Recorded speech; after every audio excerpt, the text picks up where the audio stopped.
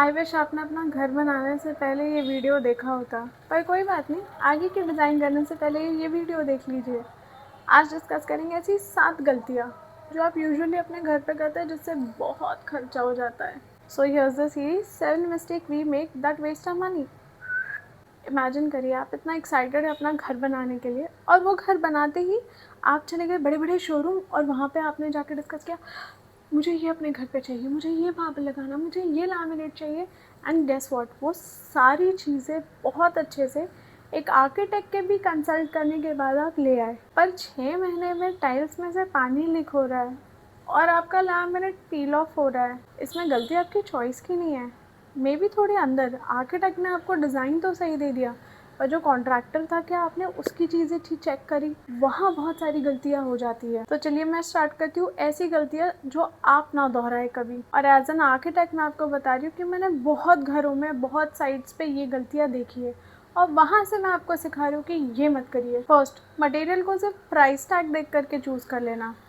सस्ता है तो लगा लो, महंगा है तो अच्छा ही होगा, ज़रूरी नहीं है। कहाँ पे किस चीज़ का रिक्वायरमेंट है ये जानना ज़्यादा ज़रूरी है दैन प्राइस देख के खरीदना। अरे मरीनों का प्लाईवुड, इसे लगा देता हूँ हर जगह, घर पे बहुत अच्छा लगेगा, पर ज़रूरी नहीं है। अगर कबर्ड के अंदर के जो शेल्फ्स बनाने हैं उसमें आप थिनर प्लाईवुड में जा सकते हैं, वो आपका डेड लोड ही कम करेगा।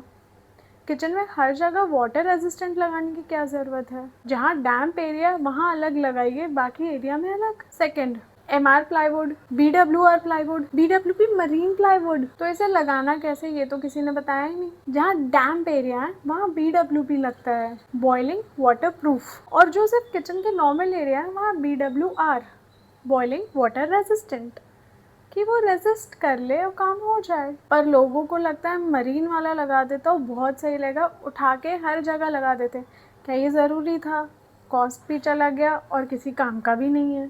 थर्ड, ब्रांडिंग के नाम पे आप बिक गए। Designer laminates, imported marbles, Italian marbles, tiles, ये फैंसी फैंसी नेम नॉर्मल चीज़ों को दे दिया और आप बिक गए। ज़रूरी नहीं है कि उनकी मार्केटिंग जिस तरीके से की गई हो वो मटेरियल उतना ही अच्छा हो, आपको उसकी डेप्थ में जाना है। ये सारी चीज़ें एज एन आर्किटेक्ट आप हमारे पास आइए, डिस्कस करिए, हम क्लियर आउट करेंगे कि कहाँ ज़रूरी कहाँ नहीं है। इन सारी चीज़ों में जाके चेक करिए कि पर्टिकुलर प्रोडक्ट की वारंटी गारंटी क्या है, कितना थिकनेस है, क्या हमें वो ज़रूरी है।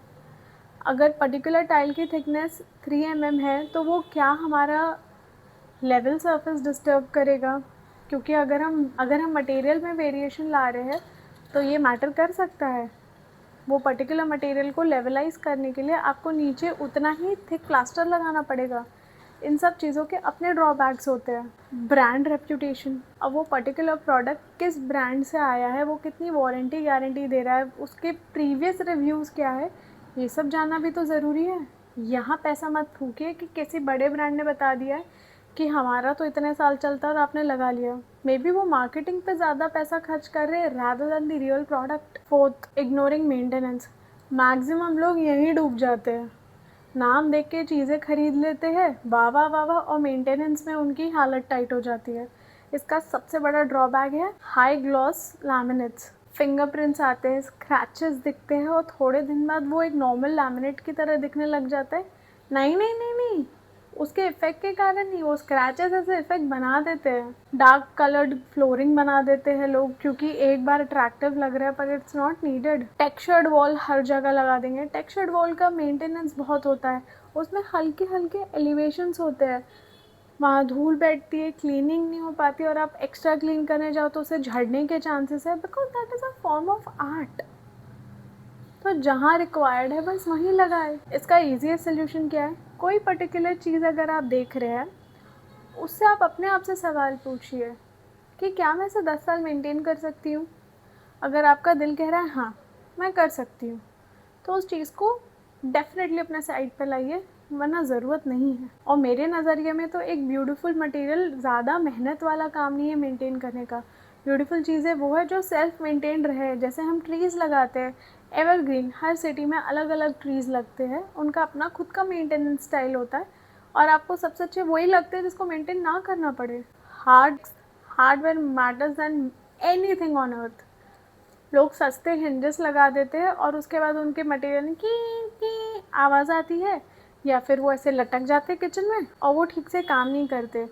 एक ऑर्डिनरी मिलने वाला हार्डवेयर और एक प्रॉपर ब्रांडेड हार्डवेयर में बहुत डिफरेंस होता है। प्रॉपर हार्डवेयर शायद आपको 400 रुपये 500 रुपये महंगा पर पीस पड़े, पर वो आपको वारंटी गारंटी देगा, प्लस उसकी यूजिबिलिटी ज़्यादा अच्छी होगी। वेराज जो लो क्वालिटी मटेरियल है या लो कॉस्टिंग मटेरियल है उसमें वारंटी गारंटी ना हो और वो सिर्फ 100 रुपये का हो, पहले आपने वो लगा दिया फिर वो डैमेज हुआ, यहाँ आपने 100 रुपये और बनवाई लगाई, समझ लीजिए 50 रुपये, फिर आपको समझ आई ये तो ख़राब हो गया, फिर आप वो 400 रुपये वाला मटेरियल लेकर आएंगे और उस पर बनवाई देंगे। तो जो चीज़ एक बार में 450 रुपये में आपके घर पे लग सकती थी विथ वारंटी गारंटी 2 साल की, उसमें पहले आपने 150 रुपये एक्स्ट्रा दिए, ख़राब मटेरियल के साथ अपना दिमाग भी ख़राब किया और फिर 450 और लगाए। आपका टोटल कॉस्ट हो गया 600 रुपये, प्लस आपने अपने दिमाग और अपनी शांति को भी भंग किया। सो प्रॉपर हिंजेस यूज़ करना बहुत इंपॉर्टेंट है। हार्डवेयर्स अच्छी क्वालिटी की लाना ज़्यादा इंपॉर्टेंट है। और मैं ये नहीं कह रही हूँ कि एक ब्रांड आपको अच्छी चीज़ दे रही तो सब कुछ वहाँ से ले आए, नहीं, इस पर भी रिसर्च करिए पर्टिकुलर ब्रांड की ये हार्डवेयर अच्छी है जो कबर्ड्स पे लगे, पर हैंडल्स अगर देखा जाए तो एक अदर पर्टिकुलर ब्रांड की बेहतर है, तो क्रॉस में लेकर आइए, आपको ज़्यादा फ़ायदा होगा। 7th और सबसे इम्पॉर्टेंट पॉइंट, विजिबल चीज़ों पे ज़्यादा पैसा खर्चा करना और जो चीज़ें दिख नहीं रही है उस पर कुछ डालना ही नहीं। अब जैसे मैंने बताया कि आप टाइल्स ले आए, आपने लगा लिया और आप कंप्लेन करें कि टाइल्स लीक कर रही है। First of all tiles leak नहीं करती, आपने वाटर प्रूफिंग ही ढंग से नहीं करी, या शायद आपने वाटर प्रूफिंग ही नहीं करी, 6 महीने बाद वो चीज़ें उखड़ने लगी, टाइल्स आपकी उबड़ खाबड़ हो गई। क्यों? क्योंकि नीचे जो प्लास्टर लगा है उसका प्रपोर्शन सही नहीं था, वो इतना थिक था, और सीमेंट की तो कैपेसिटी है कि वो एक्सपैंड और कॉन्ट्रैक्ट करते हैं विद मौसम आउटसाइड, और ये मॉलिक्यूलर मूवमेंट कभी नहीं रुकता, ये थ्रू आउट लाइफ चलता रहता है।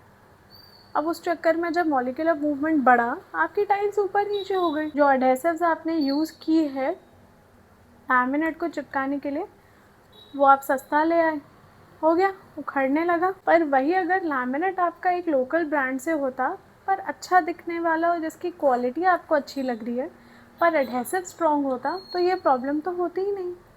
एंड आई गेस आप पैसा भी बचाते, क्योंकि जो बड़ी ब्रांड से आप बड़ा लैमिनेट लेकर आए हैं वो शायद मार्केटिंग का खर्चा आपके बिल से निकाल रहे हो। तो एकदम मोटा मोटी बात बताती हूँ, कोई भी मटेरियल या एलिमेंट लेने से पहले खुद एक चेकलिस्ट बनाएं और उसे अपने आप से पूछें, क्या मैं इसे मेंटेन कर सकती हूँ, क्या ये घर में ज़रूरी है, क्या ये सस्टेनेबल और सूटेबल है मेरे एरिया के लिए, और सबसे इम्पोर्टेंट, क्या 10 साल तक मुझे ये पसंद आता रहेगा या मैं बोर हो जाऊंगी। बस यही चीज़ को आसान करने के लिए कम कॉन्टैक्ट मी, मैं आपका घर इतनी सारी चीज़ों से टेंशन कम करके सीधा डिज़ाइन पर लाके आपका घर बना सकती हूँ।